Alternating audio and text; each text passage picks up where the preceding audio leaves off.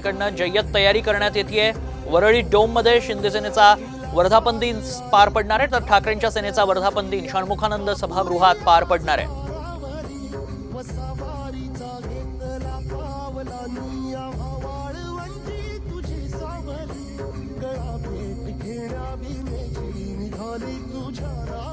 वंदनीय शिवसेना प्रमुख बाळासाहेब ठाकरेंनी हे रोपटं लावलं, त्याचा वृक्ष झाला आणि त्यामुळे आता दुसऱ्या शिवसेनेला हे चांगले दिवस दिसलेले आहेत।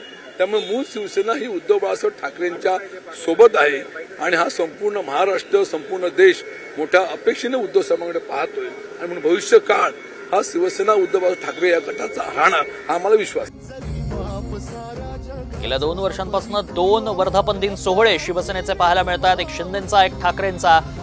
षण्मुखानंद सभागृहात ठाकरेंच्या वर्धापन दिनाला सुरुवात होणार आहे। थोड्याच वेळात वरळी डोम मध्ये शिंदेच्या सेनेचा वर्धापन दिन साजरा होईल।